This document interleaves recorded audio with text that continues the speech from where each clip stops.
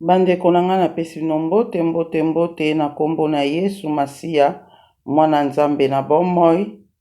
Ngai mama Deline ndenge nautai kosala video oyo nautosala na suka nayebisa bino ke nautiela bino maloba oyo ya président ya Burundi alobaki.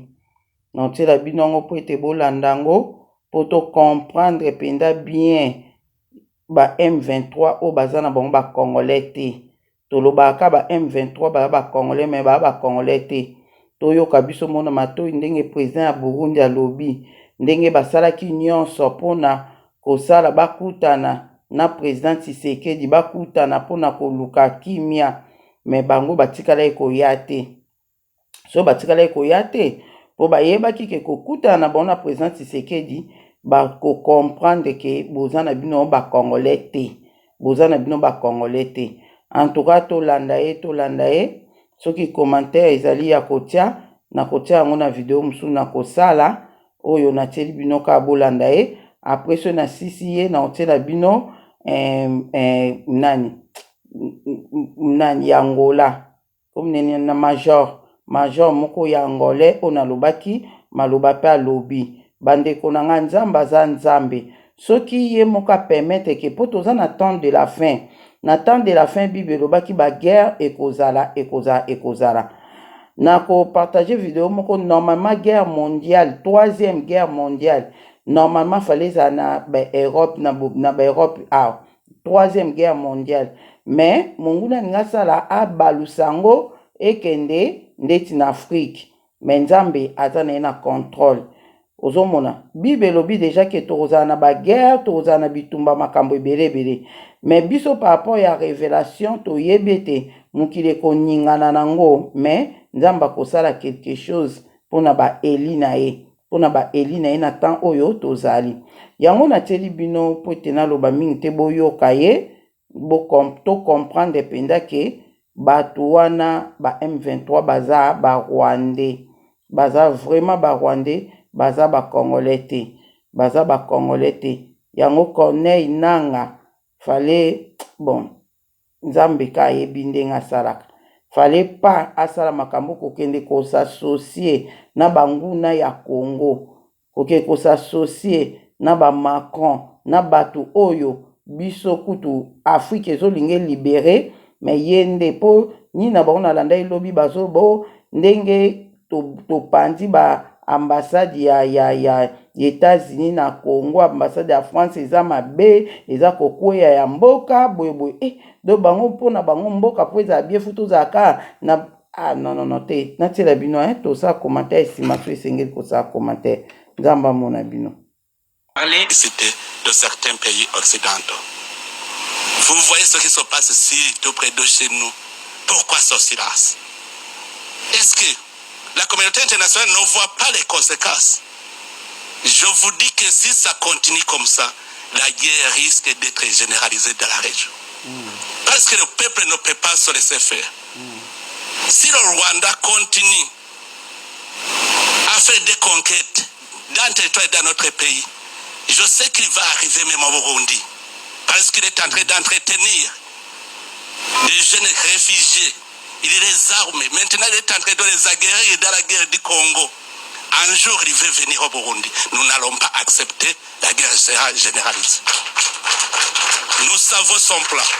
C'est qu'il est en train de préparer quelque chose contre le Burundi. Et heureusement, les Burundais sont avertis. Si la communauté internationale le laisse faire, en tout cas, ici au Burundi, on ne va pas se laisser faire. J'appelle encore une fois la communauté internationale à prendre cela au sérieux. Nous avons une menace dans la région. Ce n'est pas le Burundi seulement. La Tanzanie, l'Ouganda, le Kenya, c'est à toute la région, c'est une menace. Si l'Est du Congo n'a pas la paix, la région n'a pas de paix. Ne pensez pas que c'est le Burundi seulement qui éprouve une menace. Les Sud-Africains sont en train de souffrir à l'Est du Congo. Est-ce que vraiment, vous voyez où se trouve l'Afrique du Sud? Mais l'insécurité à l'Est du Congo a des conséquences sur l'Afrique du Sud. N'est-ce pas, monsieur l'ambassadeur? Donc, c'est au point de vue sécuritaire.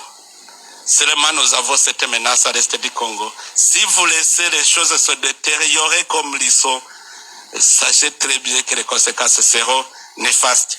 Et chaque pays va se débrouiller lui-même. Mais vraiment, moi j'ai un plan que j'avais proposé à la région. Je sais que si son plan était respecté, on serait en paix. Parce que vous savez, si le Rwanda justifie sa présence par la présence des FDLR, est-ce que ce n'est pas une question qui peut être résolue pacifiquement? Sacrifier le peuple congolais, tuer des millions de gens, sous prétexte qu'il y a une menace. Est-ce que cela ne peut pas être réglé sans verser le sang des innocents? Je sais que la RDC et le Rwanda peuvent s'entendre très bien sur la gestion de ce mouvement. Moi-même, je disais qu'il faut une coalition internationale de lutte contre les groupes armés étrangers à l'est de la RDC. Comme ça va garantir le Rwanda et ça va aussi permettre au Congo d'entamer le processus de paix. Qu'est-ce qui manque? Qu'est-ce qui manque? C'est parce qu'il y a complicité. Sinon, si tous nous sommes d'accord de nous mettre ensemble pour combattre tout groupe armé étranger à l'est de la RDC, ça sera fini parce que ça va garantir le Rwanda. Ça va aussi permettre au Congo d'organiser son pays pacifiquement. Ça, c'est un. Si on parle de M23, moi, j'avais essayé de me mettre en contact avec les responsables du M23. Je leur ai dit, si réellement vous n'êtes pas des Rwandais, pourquoi vous n'acceptez pas de déposer les armes et emprunter le chemin de la paix? Comme vous êtes Congolais, vous aimez votre pays. Alors, à ce moment-là, ils m'ont dit, nous sommes d'accord, parce que je leur disais, aussi longtemps que vous n'êtes pas cantonné, on ne saura pas qui est Rwandais, qui est Congolais. Il faut d'abord aller dans la zone de cantonnement, comme ça les Congolais sont à part, et puis les Congolais vont entamer le processus de paix, et les Rwandais vont rentrer chez eux. Sinon, on va toujours vous considérer comme des Rwandais. Et ils m'ont dit, le problème c'est qu'on nous impose d'être cantonnés dans une zone invivable. J'ai envoyé mes officiers pour aller inspecter la zone. C'était la zone de Sabignon. Ils ont trouvé que la zone était invivable. Et j'ai proposé au gouvernement congolais de décider sur une autre zone. Le gouvernement congolais a accepté. Nous avons fait la reconnaissance de la zone de Lomangabo. On a envoyé les chefs d'état-major pour aller inspecter, voir si la vie est possible. On a trouvé que toutes les facilités étaient là. Et le M23 avait accepté d'aller dans le cantonnement. On avait mis en place tout le nécessaire. Mais au moment où on allait commencer le mouvement, ils reprennent le combat. Pourquoi? Alors que chez moi, d'ailleurs, ils avaient dit, si nous y allons, quelle est la suite? La suite, c'est maintenant aller dans le processus de paix, les négociations de Nairobi. Et tout ce que vous réclamez, vous allez le réclamer pacifiquement. Ils avaient accepté. Et j'avais convaincu même le gouvernement congolais, souvenez-vous, le gouvernement congolais avait dit, s'ils acceptent d'être cantonnés, c'est qu'ils acceptent le processus de paix, nous allons les intégrer dans le processus de Nairobi. Le gouvernement congolais était d'accord. Mais quand ils reprennent le combat, comment négocier avec quelqu'un qui ne veut pas la paix?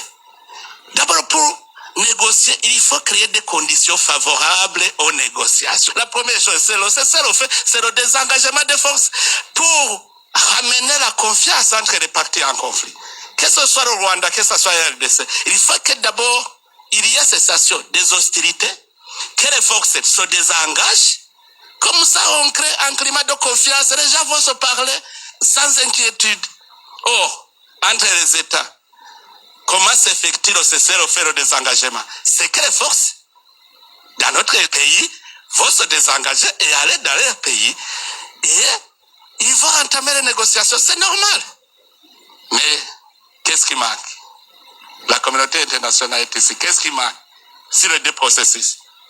J'avais proposé ce plan et la région avait décidé d'envoyer une force régionale pour d'abord sécuriser les citoyens congolais, mais aussi pour combattre les groupes armés étrangers. C'est cela la présence du Burundi en RDC.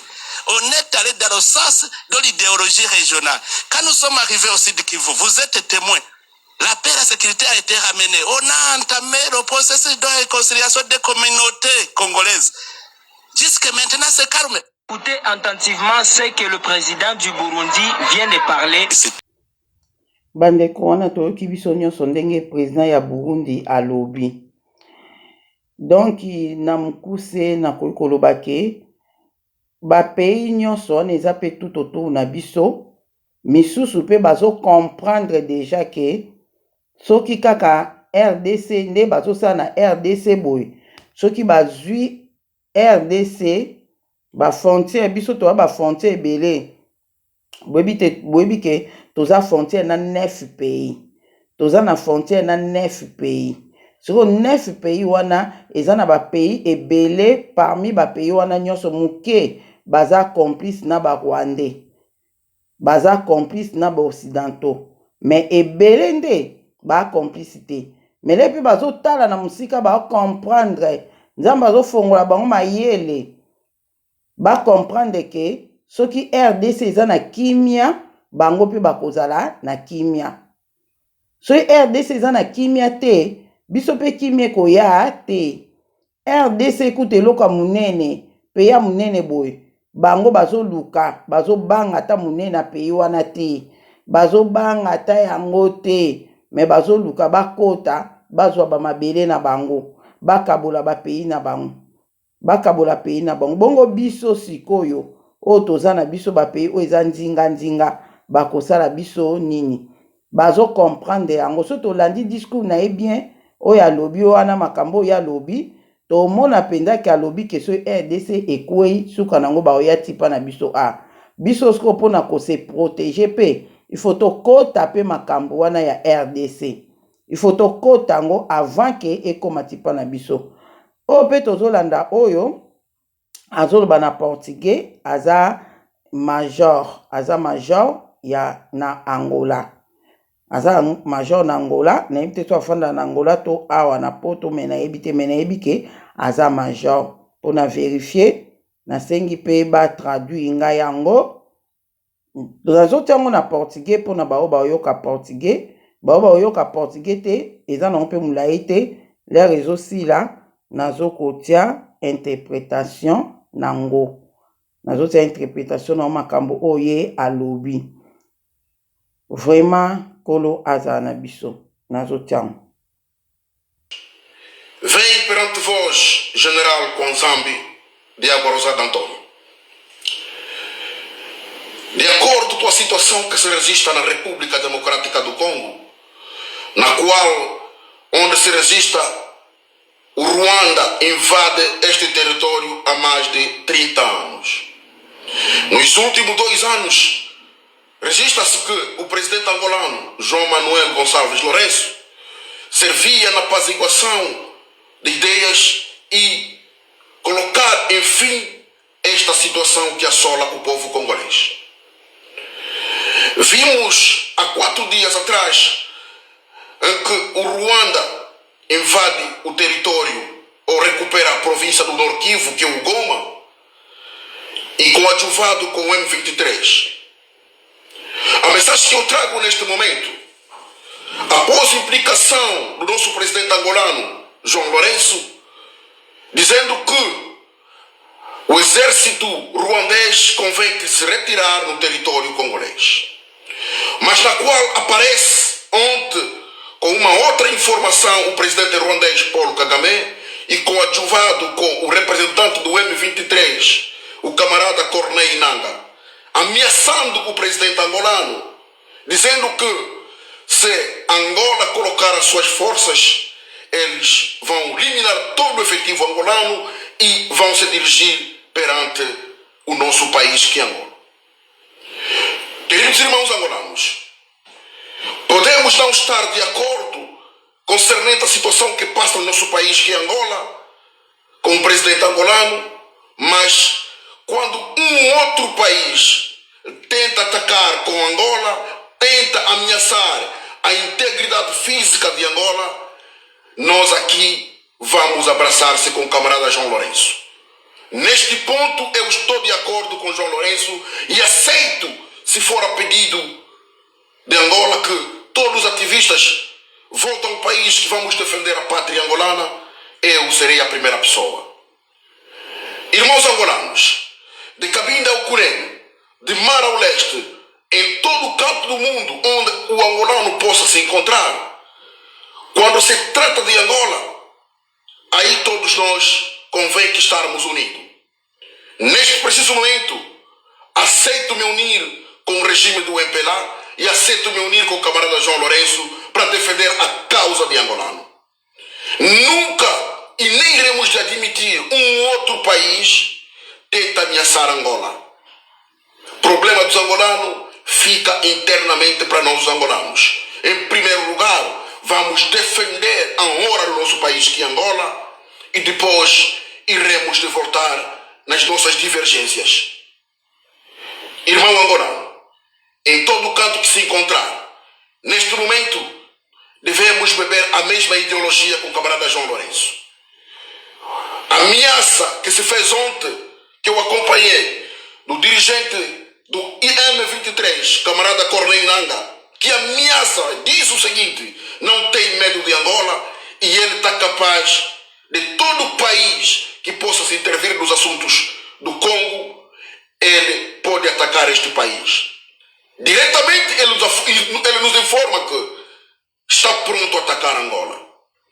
Manos e manas, podemos não estar de acordo com o camarada João Lourenço nos nossos assuntos internos, mas quando se trata de um outro país ameaçar Angola, aí não vamos admitir.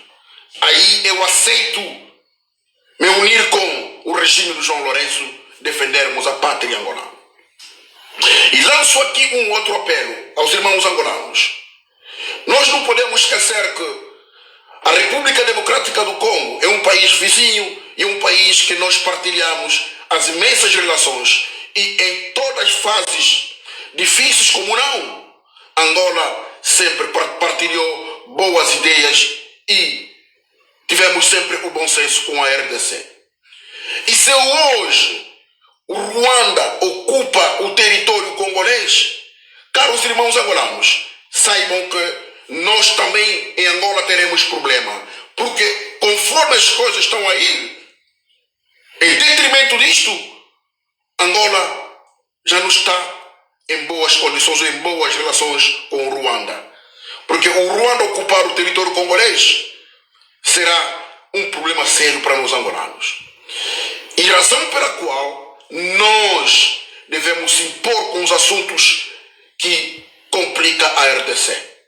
Mas nós vamos intervir a RDC se eles estiverem unidos e não ter a máfia na RDC. Aí Angola estamos prontos para defender este país. Porque se deixarmos o Ruanda ocupar este território, caros irmãos angolanos, vai nos tornar mais complicado o nosso país. E será uma salda russa. Porque a intenção do camarada Paulo Kagame é de ameaçar e dominar em África. É de ameaçar e tomar a tutela nesses todos os países que fazem a vizinhança com a República Democrática do Congo. Pela sua arrogância, pela sua forma de impor as coisas, nos mostra que também é uma ameaça para Angola. Irmão angolano, não vamos ser ignorantes. A hora é grave.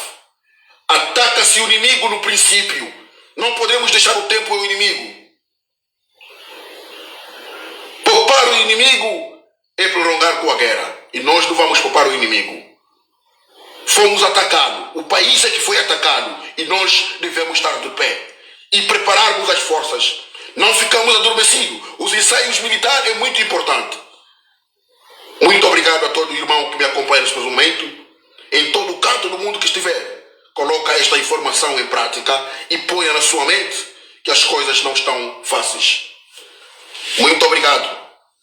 Palavra de General Kwanzame, a partir da França. Ok, estamos juntos. Il y a Dobi. Il y a de cela 4 jours. La force M23 na Rwanda va occuper territoire ya capitale ya Nord Kivu, Goma.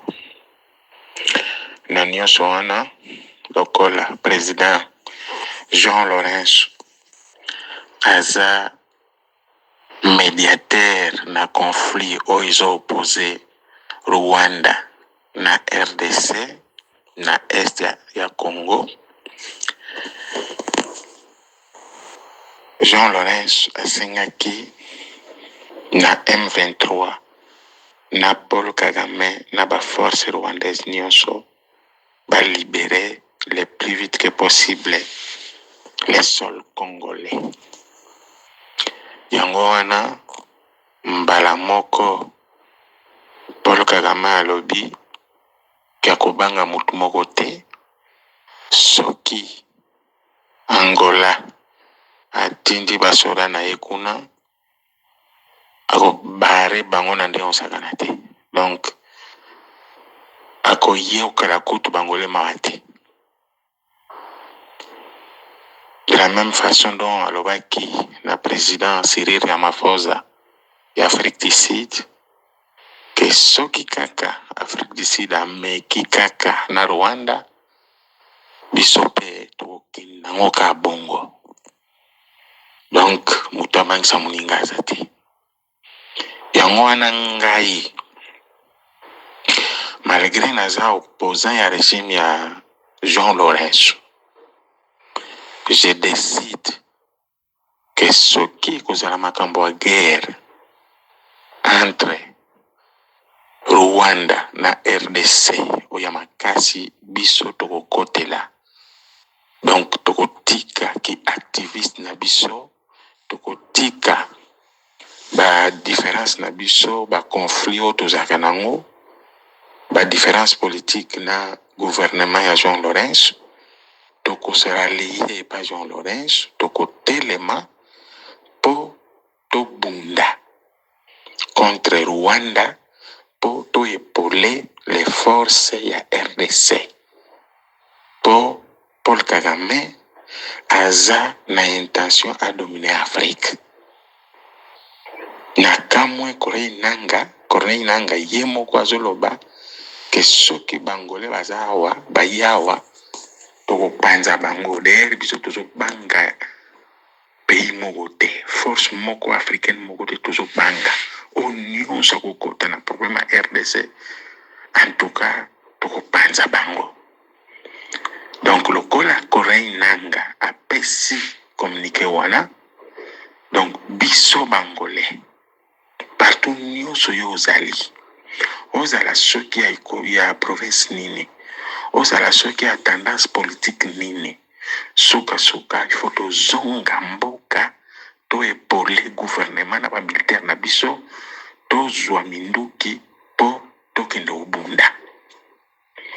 Et puis biso bangolais na RDC toza na histoire moko topatiaka tozo partager nani ba frontière commune moko ya mulai.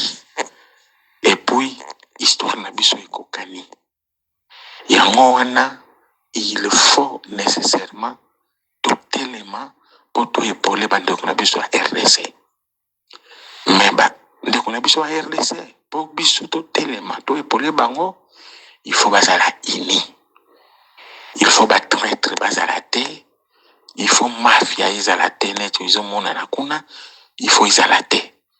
Wana biso bangolais toko telema pour tout épauler RDC. Pour RDC, il faut izo stabilité. Ce qui guerre côté na RDC biso nyos tozate.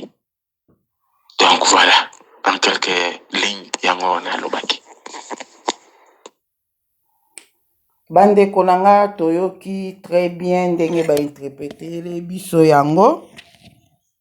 En tout cas, eloko toyoki biso nyonso alobi bien que RDC na Angola eza na même histoire. Donc histoire ya RDC yango eza histoire ya Congo. Donc yango ezotalisa ke nyonso eza kaka Royaume Congo. Nyonso eza kaka ezaki na kati ya Royaume Congo. Ekozonga na onka bomoko bakita bamata. Alobi eloko moko ke ba Congolais fu bazala ini bazala na bomoko. Bandeko nange eza pasi po biso ba Congolais tozala ini tozala na bomoko. Ya mwa pasi po na nini? batu mususu na Kongo wana baza deja bakadia mpemba baza deja batu oyo bakobongolaka mitema te po deja pe nzambe sa bwaka bango asa bwaka bango po soki balobi ke nde ya lobi ke po bakota pa bitumba fo biso tozala bomoko wana kutu tozotalelaka nzambe nzambe aza capable ya osala nyonso mais eza quand même bien komona ke bandeko na biso baafricain président na biso ya Afrique batelemi eza quand même komona bien tozela te lisungi euta na Europe na occidentaux ezoza lisungi oyo ata président Félix lera makambo alere esalami lera kimaki mbangu na Angola antukanga na sepelaki po ndenge ezalaka normalement tonga toyoko aza na Belgique aza na nini na mbokoni ake nini mingi nini mbokoni na Genève na babenga oni aza ake na nino na bamboka ka ya Europe okaka ko ake France boye bango moma na bango bayaka jamais na Afrique pona osenga lisungi biso pe lisungi na biso so tokosenga onka na baafricain na biso kaka en tout cas yango na tielaki bino na kutanaki na ona na TikTok ezali vraiment intéressé pona bino boyoka ba message oyo message musu na koloba na bino ezali moi mbali mona bandai kolanda ya congolais ya Brazzaville azalaki vraiment côté de mamakasi kotala ba commentaire o batu banda otiana aza lokola comédien asekisaka batu aza comédien le batumbaki ambassade ya Brazzaville pardon ya Brazzaville ya Congo Brazzaville nde esika eyaki kosala ke mwa mobalango akome kosala ba video ya koloba kefu boma congolais tika rwandais boma opération boma congolais tika rwandais ande kosala ba video pendanga maboyeboye azosala nde ko motiver batu il faut to boma ba congolais mais nando landa na boye ko tiela bino ye pona mpe kosala publicité na ete makambo azoloba ana na boye ki vraiment ko tia vraiment ne lateli na epe wana bando lata ba kilote ya pamba azodenda lokola so mutaozwa bilai mombali wana bande vraiment kosala ba video ebele na ba video ne nyonso nga na kutana nango la ozotala ba commentaire ata mutu moko tazaki pouye na batu bakomi kofinga batu babitala bato ebele bakomaki babi nga na lingaka yo ndenge osala no comédie na osekisa biso tosepela mais osali tour oyo non donc bafingi bakofinga bafingi ye bato ebele balobaki na ye vraiment mabe lobi na ye kokutana na video na ye moko na yebi te pourquoi ba video yango banda oya pa na nga bonde na ndo kutana nango lobi na ye kokutana na video ne moko na TikTok nde na eko mona ye afukami azosenga pardon asengi pardon alobi ke bolimbisa ngai nazaki na eloko osala te nazali na eloko osala te yango esalaki ke nasala kaka ba video o pona kaka koloba pona drapeau na biso mais na eko comprendre ke nasali mabe bolimbisa nga asengaki vraiment pardon malgré na suka ka moi orgueil moko abi bokanti nasengi pardon pona obanga ba congolais nasengi pardon pona obanga ba congolais te nasengi ka pardon ponga mona moni ke makambo na ndo kosala ya bonte bande konanga nzamba aza na nsima makambo boyebi ke tala kaka moi quelque batu oyo na benga bango ba insensé oyo na ngambo ya Brazzaville oyo bakome kosala ba video te totelema pona nini ekoka epe kosala pe batu musu na mvuma na kaka mbala moko ale babandi pe na mvuma na kamba mo pe babandi pe boye engesa pe do mupepe moko ya mabe bitumba pe kuna bakomi kobeta bakongole po abande ko telema pe azoganga azoloba asa ba video taka aza pe mutu moko asa déjà aza comédien asa ba video ebele to telema pourquoi tumbi ambassade na biso to telema ba congolais nyonso baza na mboko to beta bango boma congolais tika rwandais boye modèle ye mo pa moni ba commentaire lobinde afukamaki asengaki bolimbisi bato balimbisa ye na makambo abandaki koloba ezalaki ka azanga ine likambo kosala yango ayaki kosala bongo. En tout cas natalaki bacommentaire nango te soki bato balobi nini. Donc l'essentiel que à se calmer quand même, et ça il peut bien bamsusu balandaki ye bayeba déjà que ye kutu amilobi penda po par rapport ya bacommentaire yango na pamboli nzambe pona bandeko na biso bakongolais ya Brazzaville yango ezotalisa ke toza tokomi na temps ya nzambe, na temps ya nzambe penda oyo azo sala kati na biso bakongolais.